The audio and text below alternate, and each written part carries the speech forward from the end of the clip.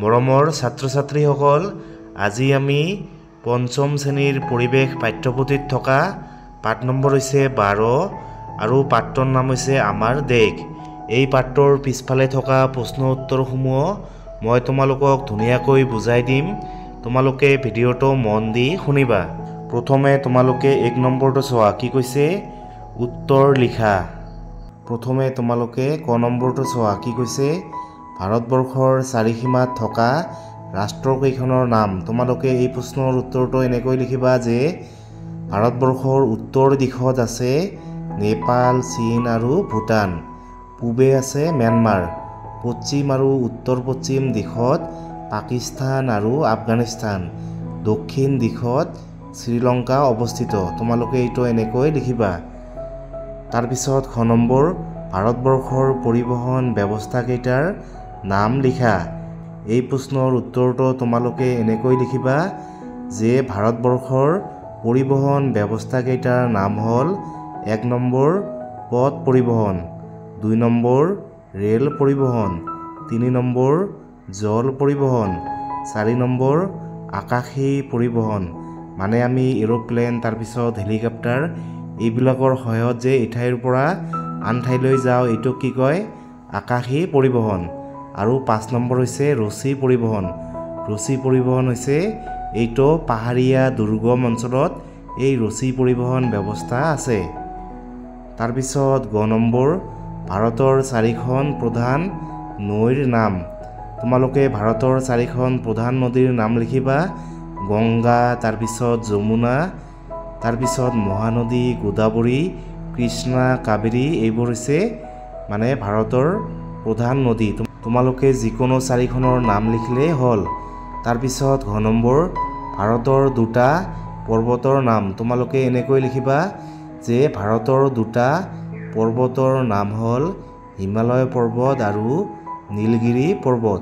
তাৰপিছত ঙ নম্বৰ, ভাৰতবৰ্ষৰ কেন্দ্ৰীয় শাসিত অঞ্চলকেইটাৰ নাম। এই প্ৰশ্নৰ উত্তৰটো তোমালোকে এনেকৈ লিখিবা যে ভাৰতবৰ্ষৰ কেন্দ্ৰীয় শাসিত অঞ্চলকেইটাৰ নাম হ'ল আন্দামান নিকোবৰ দ্বীপপুঞ্জ, 2 নম্বৰ দাদৰা আৰু নগৰ হাভেলী আৰু দমন আৰু দিউ, 3 নম্বৰ দিল্লী, 4 নম্বৰ জম্মু আৰু কাশ্মীৰ, 5 নম্বৰ লাক্ষাদ্বীপ, তাৰপিছত 6 নম্বৰ পুডুচেৰী, 7 নম্বৰ চণ্ডীগড় আৰু 8 নম্বৰ লাডাখ।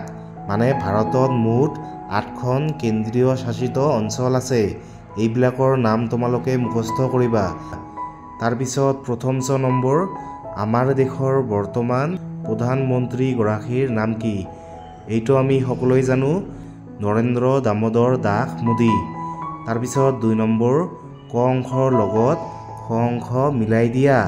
তোমালোকে এইটো এনেকৈ মিলাই দিবা যে ছিকিমৰ ৰাজধানী হৈছে গেংটক। তাৰপিছত তামিলনাডুৰ ৰাজধানী হৈছে চেন্নাই, হাৰিয়ানাৰ ৰাজধানী হৈছে চণ্ডীগড়, ঝাৰখণ্ডৰ ৰাজধানী হৈছে কি? ৰাঁচী, আৰু মহাৰাষ্ট্ৰৰ ৰাজধানী হৈছে মুম্বাই। তোমালোকে এইটো এনেকৈ মিলাই দিবা। তাৰপিছত 3 নম্বৰ, খালী ঠাই পূৰ কৰা।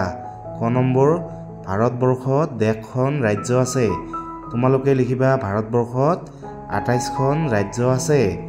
তাৰপিছত খ নম্বৰ, গুৱাহাটী আৰু দিল্লীৰ মাজত 1 চনৰ পৰা বিমান চলাচল আৰম্ভ হয়।